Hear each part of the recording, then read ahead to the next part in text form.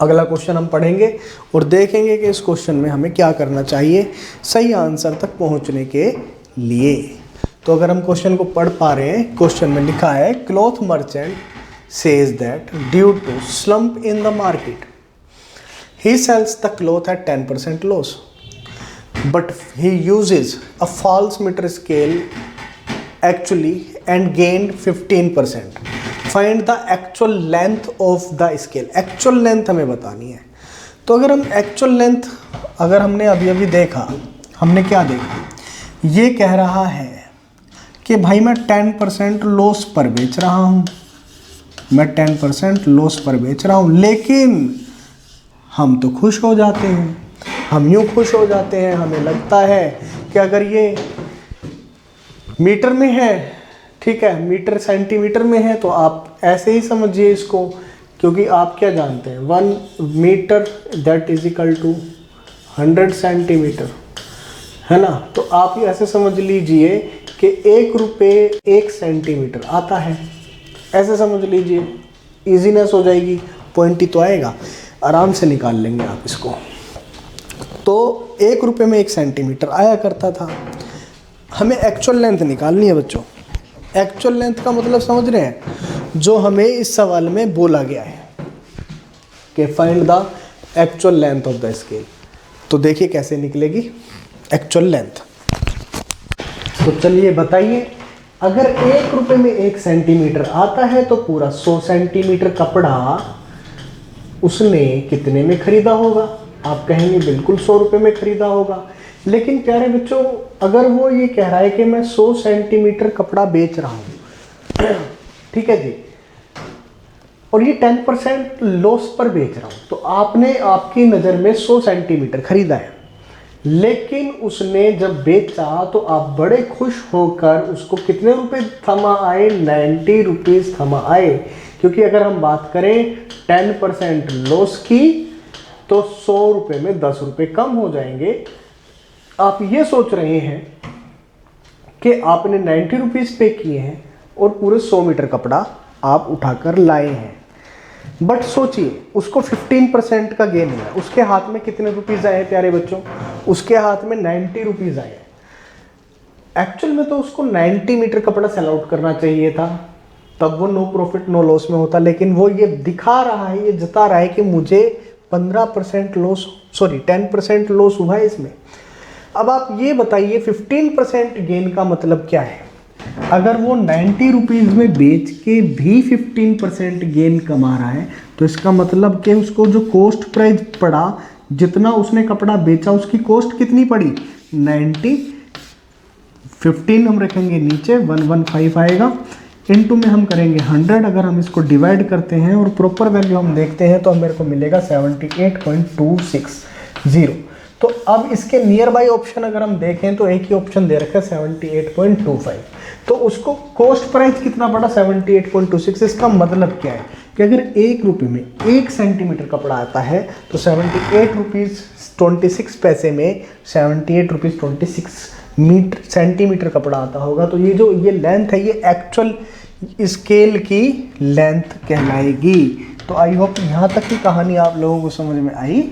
Example number 10 के बाद एक डिसहोनेस्ट डीलर आएगा हमारे 11th क्वेश्चन में, और वो क्या कर रहा है? गुड्स को कॉस्ट प्राइस पर बोल रहा है, लेकिन he uses a weight 960 gram institute of KG. अभी अभी हमने same to same TikTok question कराया, उसको देखिए लेस यूज 40, कितना यूज़ किया? 960 इंटू में 100 कर दीजिए, 24 से चला जाएगा ये, 4 से काट दो, 6 पे गया, 4 से काटो 25 पे गया। अगर देखें तो ये वैल्यू आई 6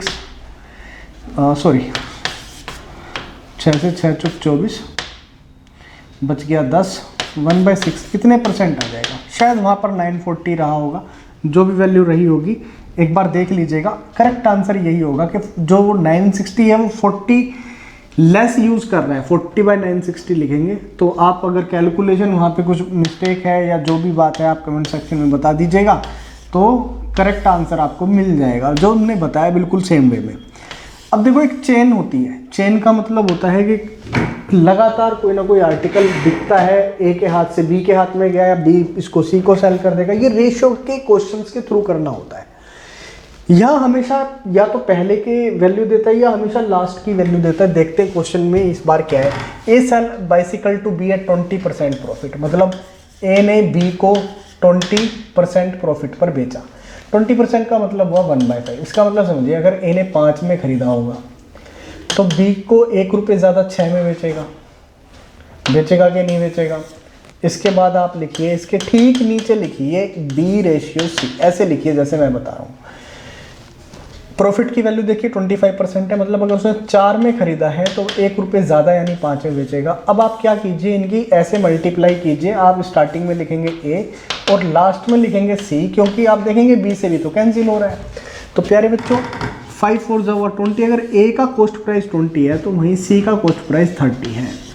अगर C ने 2 to 5 रुपीज़ पे किए हो तो 0 0 cancel.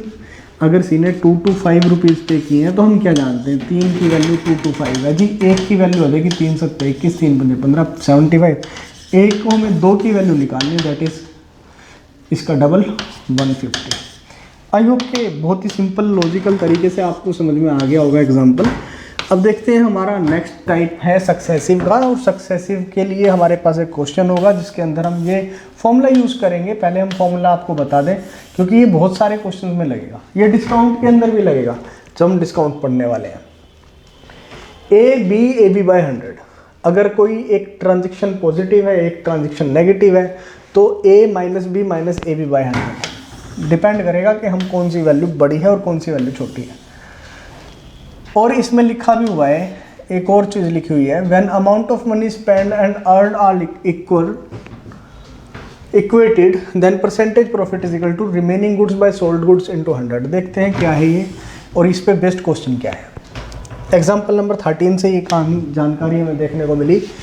If a book store bought 20 books and it recovered its investment when it sold 15 of these books, what would be the storage percentage profit. ऐसे किसी भी क्वेश्चन में आप इसको या तो रटिए या हमारे तरीके से चलिए। बोट का मतलब होता है कॉस्ट प्राइस, तो कॉस्ट प्राइस के लिए लिख दीजिए 20 CP। जितना 20 CP था, 20 CP जितने का था उतने में रिकवर कर लिया। रिकवर मतलब वो पैसा वापस आ जाता है। कब पैसा वापस आ जाता है, जितने में 15 किताबें बेचता है। 15 किताबों को बेचने पर 20 पुस्तकों का क्रय मूल्य वसूल हो जाता है। तो हम यहाँ पे लिखेंगे 15 सेलिंग प्राइस। अब क्या लिखेंगे, CP और SP का रेशियो लिखेंगे, जहाँ से हमें क्लियरली दिख जाएगा कि अगर हम 15 में खरीद रहे हैं तो हम 20 में बेच रहे हैं। तो हम देखें तो हम ये कितने रुपए की बात आ रही है। 15 में खरीद रहे हैं, 20 में बेच रहे हैं, हम 5 रुपये फालतू में उसको बेच रहे हैं। 5 रुपये का हमें ज़्यादा अर्न हो रहा है, प्रॉफिट हो रहा है। और जो प्रॉफिट होता है वो कॉस्ट प्राइस पर होता है। जो 1/3 हुआ ये किसके बराबर है बच्चे, 33.33% के बराबर है कि नहीं है, जल्दी बताइए। बिल्कुल है। तो आपको इस लैंग्वेज में कन्वर्ट कर लेना है क्वेश्चन को, ठीक है जी। अब जैसे ये है सेलिंग प्राइस ऑफ 9 ऑब्जेक्ट, तो 9 SP लिखिए is equal to cost price of 12 object, 12 CP लिखिए। तो अब देखिए SP और CP का रेशियो ले आइए। जो भी लेफ्ट साइड है लेफ्ट साइड ही रहने दीजिए, राइट वाले को नीचे ले आइए। 12 बचता है, डिवाइड में आता है 9। अब यहाँ से फिर देखिए कितने में खरीद रहे हैं, 9 में। कितने में सेल कर रहे हैं, 12 में। प्रॉफिट है या नहीं है, बिल्कुल प्रॉफिट है। कितने का प्रॉफिट है, 3 का। 3/9 फिर 1/3 आया, मीन्स 33 1/3%।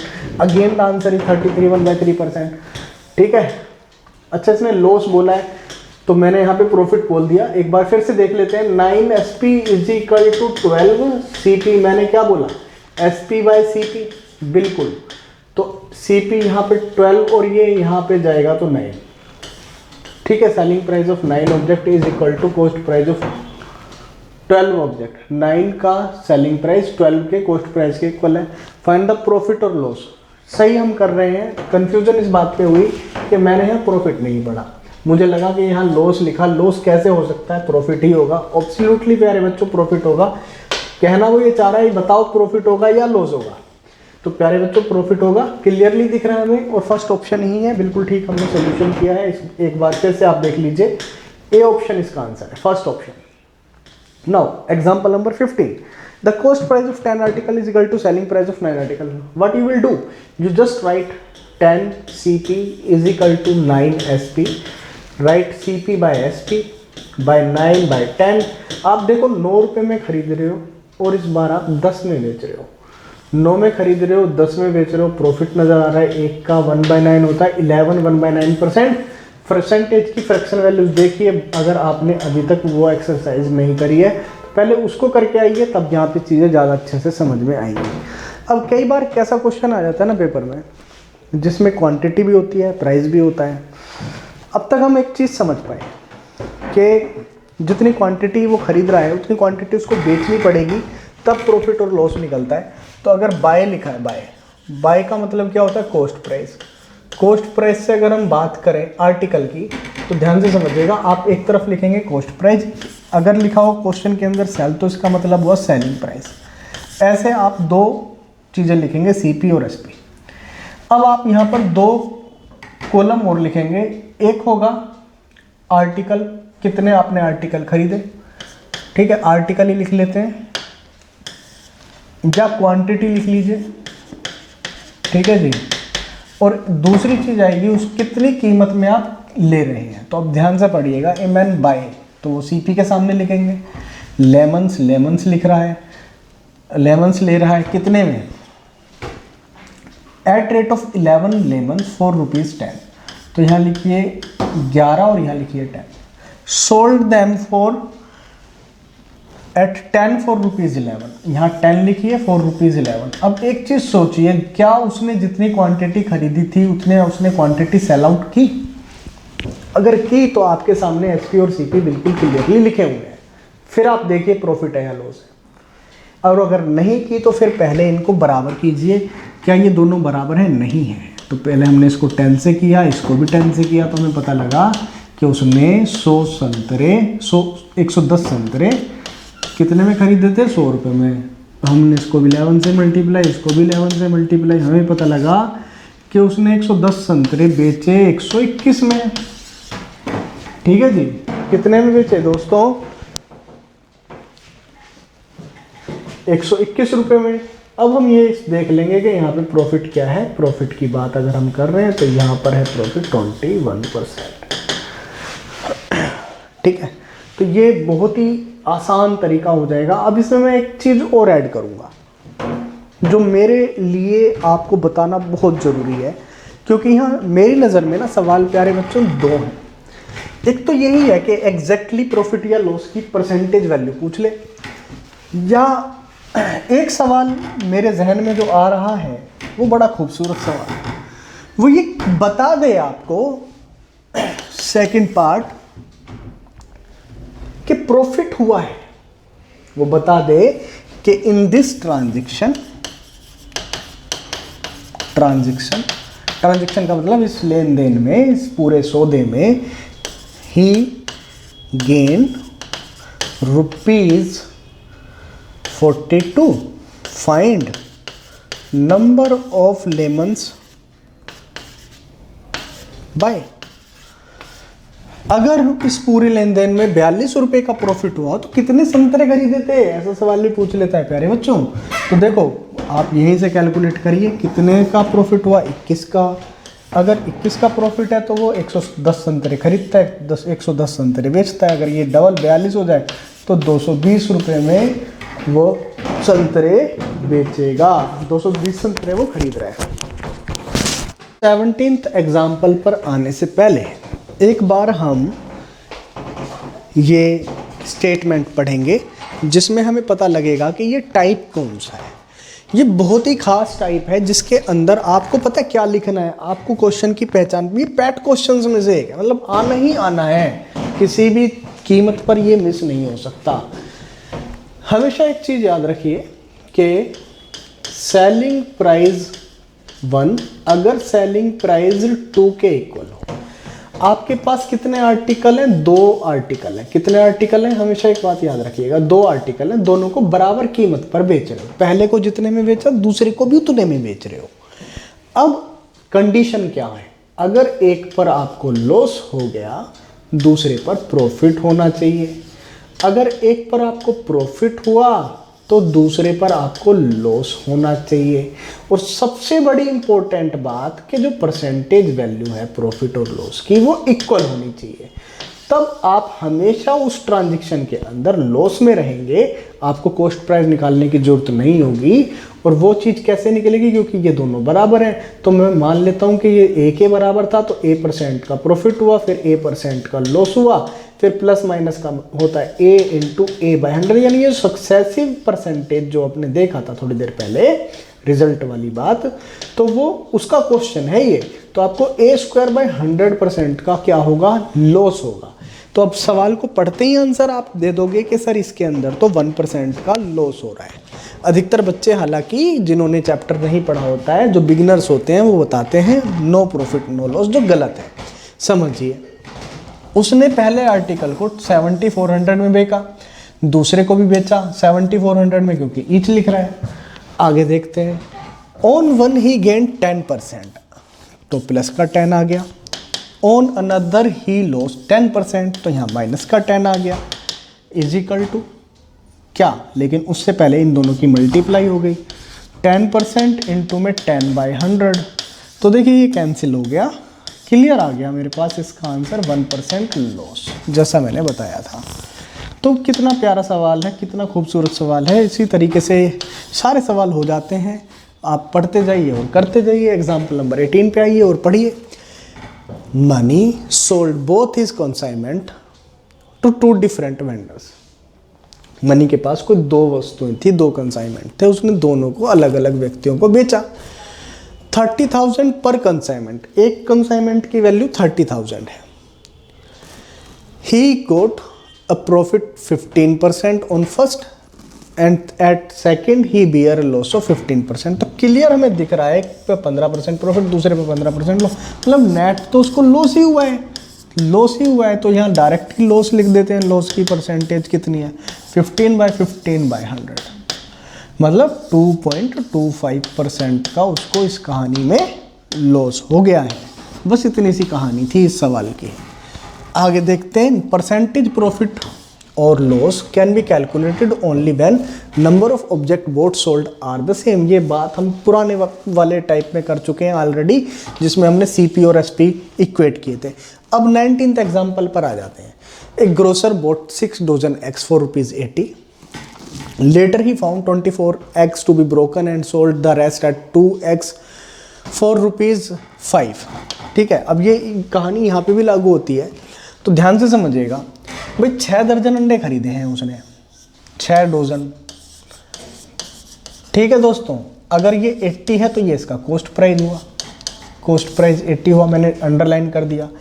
अगर 24 अंडे टूट गए, एक दर्जन में 12 अंडे होते हैं, 2 दर्जन अंडे खराब हो चुके हैं, तो अगर मैं इसमें से 2 डजन निकाल दूं तो मेरे को यहाँ जो मिलने वाली वैल्यू है वो 4 डजन बची। अब एक बात बताओ प्यारे बच्चों, जो टूट गए उसकी कीमत तो 0 मिलेगी, वो तो बिकेगा ही नहीं। रेस्ट को वो बेचेगी 2 एग फॉर ₹5, 2 एग करके बेचेगी, 2 अंडे 5 रुपए के देती है। तो आप मुझे बताओ, एक दर्जन अंडे में उसको 6 एग से मल्टीप्लाई कर दो इसकी 6 से, तो मुझे पता लग गया 12 एग कितने के दे रही है वो, मतलब बेच रही है, दे नहीं रही, बेच रही है। इसका मतलब ऐसे समझिए, एक दर्जन अंडे वो 30 रुपए में बेच रही है। तो एक दर्जन जब उसने 30 में बेचे, बचे उसके पास 4 दर्जन है, तो ये 120 में बेचेगी। तो ये सेलिंग प्राइस आया। भाई हमने इसको 1D लिखा और 4D बनाने के लिए, 4 दर्जन बनाने के लिए 4 से मल्टीप्लाई किया, 4 से मल्टीप्लाई करेंगे तो 120 आ जाएगा। तो उसको कॉस्ट कितने में पड़ी थी, 80 में, बेचे कितने में उसने, 120 में। प्रॉफिट हुआ उसके पास 40 का, कितने पर, 80 पे, इनटू में 100, ये आ गया जी 50%। 50% का प्रॉफिट आ गया ये। By selling a table for ₹350 instead of 400, loss percentage increases by 5। कभी भी आपको percentage increases by 5, percentage decreases by 5, percentage का दे रखा हो तो वो वैल्यू का सब्ट्रैक्शन है वो, इसका मतलब। तो डायरेक्ट इसको सब्ट्रैक्ट कर दो, डायरेक्ट सब्ट्रैक्ट करोगे तो कितना आएगा, 50 is equal to 5%, 1% is equal to 10, और टोटल 100% की वैल्यू कितनी होती है दोस्तों? 1000। तो आपका आंसर आ जाएगा ऑप्शन ए में। यही सब है हमारे इंट्रोडक्टरी एक्सरसाइज में। आपको एक्सरसाइज अच्छी लगी होगी, उम्मीद यही है हमें। अब आएंगे हम हमारी नेक्स्ट एक्सरसाइज जो है लेवल 1 की एक्सरसाइज। चलिए उसको शुरू करते हैं।